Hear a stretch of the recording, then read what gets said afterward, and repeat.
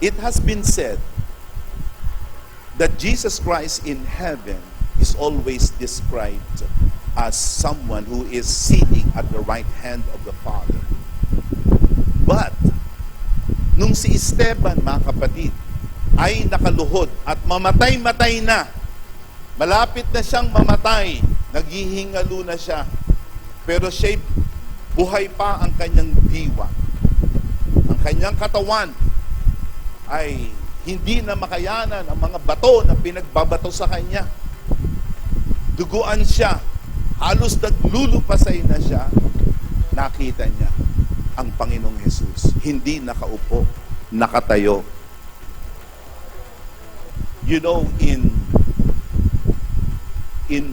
social protocols, you stand when someone higher than you enters. Yung mas mataas sa'yo, pag yun ay pumasok sa silid, ikaw ay tatayo. Mga estudyante, pag dumating ang guro, di ba? Tumatayo. Ang mga dignitaries, ang mga politicians, pag pumasok ang presidente, binibigyan siya ng standing ovation. Si Esteban, nung siya'y papasok sa langit, ang unang sumalubong sa kanya ay ang Panginoong Hesus. Tumayo.